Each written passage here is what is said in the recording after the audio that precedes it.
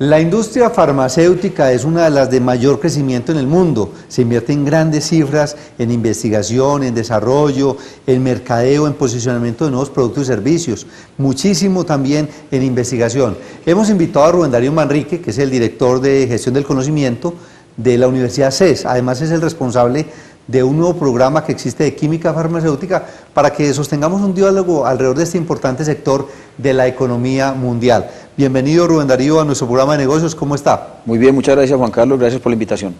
Vamos a dar un contexto rápidamente, muy breve, sobre cómo se está moviendo este mundo de la farmacéutica. El mundo de la industria farmacéutica es un mundo, primero, lleno de investigación y desarrollo, como usted lo mencionó. Hay unos campos supremamente conocidos y amplios, como el caso de los medicamentos y fármacos y el caso de los cosméticos, que si uno lo mira desde la perspectiva mundial, pueden mover billones de dólares al año en unas cuantas moléculas. Hay moléculas que pueden representar prácticamente el 70% de todo lo que representa el mercado farmacéutico. Rubén, a mí me parece que cuando hablamos del mercado farmacéutico uno podría decir, que además es dominado por grandes multinacionales, que a veces hay mucho comentario alrededor, no sé, y quiero que usted me diga qué tanto hay de mito y de realidad sobre que son grandes monstruos que tienen un poder de injerencia muy fuerte sobre los gobiernos, que controlan a veces el tema de los precios de los medicamentos. No es un secreto que la industria farmacéutica tiene un poder de influencia económica grande, particularmente porque el tema de registro de fármacos y venta de fármacos está orientado a toda la población mundial. No hay en el mundo, diría yo, ninguna persona que en algún momento entre la niñez, la adolescencia y la vejez no haya consumido un medicamento. Eso hace que estas industrias tengan grandes volúmenes de ingresos y que muchos de ellos se dediquen a gestionar inclusive campañas políticas, como se menciona en algunos documentos que existen, a promover eventos científicos que convoquen médicos y profesionales de la salud para tratar de incidir en ellos en la decisión de determinado medicamento a la hora de hacer un análisis terapéutico. Eso es una realidad. Lo que pasa es que también el tema del mito surge porque hay cosas que no se han podido probar, pero que, como dicen por ahí, existen. Su influencia en el manejo de marcas, su influencia en el tema de patentes, la influencia que tienen en la protección excesiva de ciertas moléculas y fármacos. Sí. ¿Qué tanto espacio tienen, Rubén, digamos, los emprendimientos locales cuando una empresa nacional quiere posicionarse en un mercado frente a semejantes multinacionales que son de un tamaño gigantesco? La mayoría de los esfuerzos nacionales son el producto de una necesidad, y las personas que han tomado esa iniciativa de crear empresa con tecnología nacional, investigación nacional, profesionales formados en esta región, han tenido que hacer una lucha grande para poder, primero, competir, segundo, sobrevivir, y tercero, ganarse el prestigio que tienen las moléculas que llamamos de marca, y con ellos estar par a par en el mercado. Uno podría decir, Rubén, que hay responsabilidad social al interior del sector farmacéutico. Ese es un punto que se convierte en una doble interpretación. La verdad es que las ciencias farmacéuticas nacen como parte de las ciencias de la salud, pero toda su fundamentación está en las ciencias básicas. El ejercicio que se hace de las ciencias farmacéuticas está dirigido esencialmente a mejorar la salud y el bienestar de los seres vivos, llámese humanos y animales. En ese contexto uno podría ver que la acción de las ciencias farmacéuticas es eminentemente una acción de responsabilidad social, particularmente porque el tema de desarrollo de fármacos ha traído una dificultad muy grande para algunos países, y es que no exista el fármaco para una determinada enfermedad, es que las personas no pueden adquirirlos, y en ese sentido la responsabilidad social entra a ser parte de lo que son los desarrollos nacionales y locales, tratando de buscar medicamentos que sean asequibles al consumidor. Uno podría decir, Rubén, que hay una gran oportunidad de negocios en varios países, entre ellos Colombia, por la gran biodiversidad que tienen, pues de cara, y porque sabemos que todos estos medicamentos pues cada vez están tomando mano de toda esta biodiversidad. Ese es uno de los puntos que ha marcado el desarrollo de la industria farmacéutica en los últimos años, y muy importante que lo toques porque hacia eso apunta últimamente toda la discusión de las políticas farmacéuticas en muchos países sobre el uso de los biofármacos. El biofármaco y los biomedicamentos son sustancias con acción terapéutica, pero cuyo principio activo se obtiene de la biodiversidad, particularmente de la flora nativa de ciertas regiones, y en eso hay que reconocer que países como Colombia y Brasil tienen un campo de biodiversidad tan amplio que varias industrias europeas y americanas han mirado la posibilidad de que en estas regiones se establezcan procesos de innovación y desarrollo basados en la biodiversidad para producir nuevos fármacos. Rubén Darío, hablemos sobre ese matrimonio tan importante que hay entre lo que es la empresa privada, la industria farmacéutica, pero además la universidad. ¿Cómo se está dando? ¿Están saliendo de las universidades esos profesionales que están necesitando la industria? Para el caso nuestro de la Universidad CES, al momento en que decidimos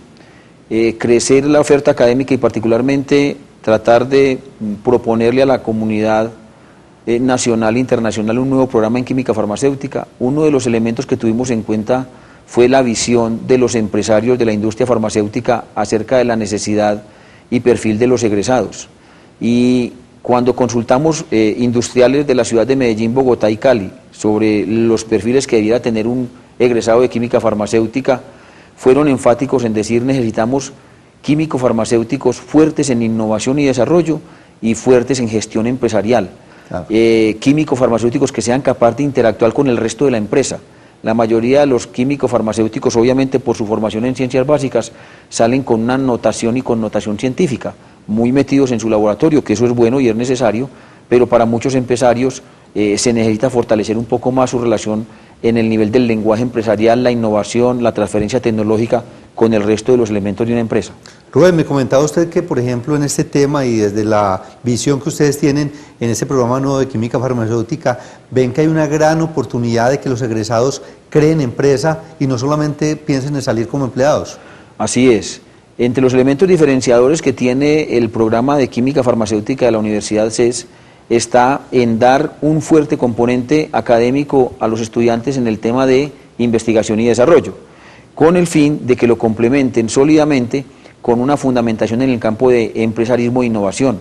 Queremos que sean capaces no solamente de producir innovación y desarrollo farmacéutico en un campo que lo necesita ampliamente, porque hay muchas enfermedades todavía que no se conoce el tratamiento, o de los que se conocen no son suficientemente eficaces, pero a la vez que estas personas sean capaces de plantear su propia empresa, ver una oportunidad de negocio, hacer una propuesta de desarrollo, un plan de negocios, entender el lenguaje del empresarismo, para que al momento de decidir sobre su quehacer profesional contemplen también la posibilidad de ser empresarios autónomos. Sé que hay una pregunta que muchos televidentes están pidiendo que la hagamos, y es el que tiene que ver con el costo de los fármacos, porque finalmente tiene una incidencia muy directa sobre el bolsillo de los consumidores, y además teniendo en cuenta que hubo una normativa reciente del Ministerio del Ramo en donde se regulaban los precios de por lo menos 190 medicamentos. Me gustaría conocer su análisis. Yo creo que esa decisión que tomó el Estado a través del Ministerio de Salud de regular el precio de algunos fármacos obedece a un análisis no solamente político sino económico, debido a lo que representa el consumo de fármaco en los sistemas de atención en salud. La verdad es que hay una serie de elementos que han llevado a discusiones profundas sobre la pertinencia o no de que se regule el precio de los fármacos, particularmente cuando se ha identificado unas diferencias enormes en el costo de los fármacos en Colombia con respecto al costo de los mismos fármacos en otras latitudes. Claro. Y sobre todo cuando se compara lo que es el costo de la producción de los fármacos cuando son lo que llamamos fármacos de marca contra lo que hemos denominado los fármacos genéricos, a los cuales a veces se les da una connotación muy peyorativa, casi de descalificadora, cuando en la realidad es que muchos de ellos son producidos por empresas con alta calidad, con empresas comprometidas con desarrollos de buenas prácticas de manufactura, con empresas donde sus empleados, trabajadores, tanto desde el punto de vista de innovación y desarrollo, han hecho grandes esfuerzos de ponerse a la par en la parte científica, y que esas diferencias económicas no representan la realidad del costo del fármaco, que finalmente termina pagándolo el sistema de salud y muchas veces los usuarios. Creo que en eso se ha hecho un acierto por parte del Ministerio en tratar de lograr esa regulación. Rubén, ya para concluir, me llama mucho la atención de manera muy positiva el hecho de que este nuevo programa de química farmacéutica del CES no pretenda hacer lo mismo que hacen las otras academias similares, sino que estén pensando en nuevos campos de acción, como el caso, por ejemplo, del desarrollo de medicamentos veterinarios. Sí, el campo de la medicina veterinaria y particularmente la farmacología veterinaria es un campo que nosotros hemos considerado muy oportuno fortalecer, particularmente porque la Universidad CES tiene una facultad de medicina veterinaria y zootecnia, y en los análisis que hemos hecho de los nuevos desarrollos en los cuales podría involucrarse una nueva facultad de química farmacéutica,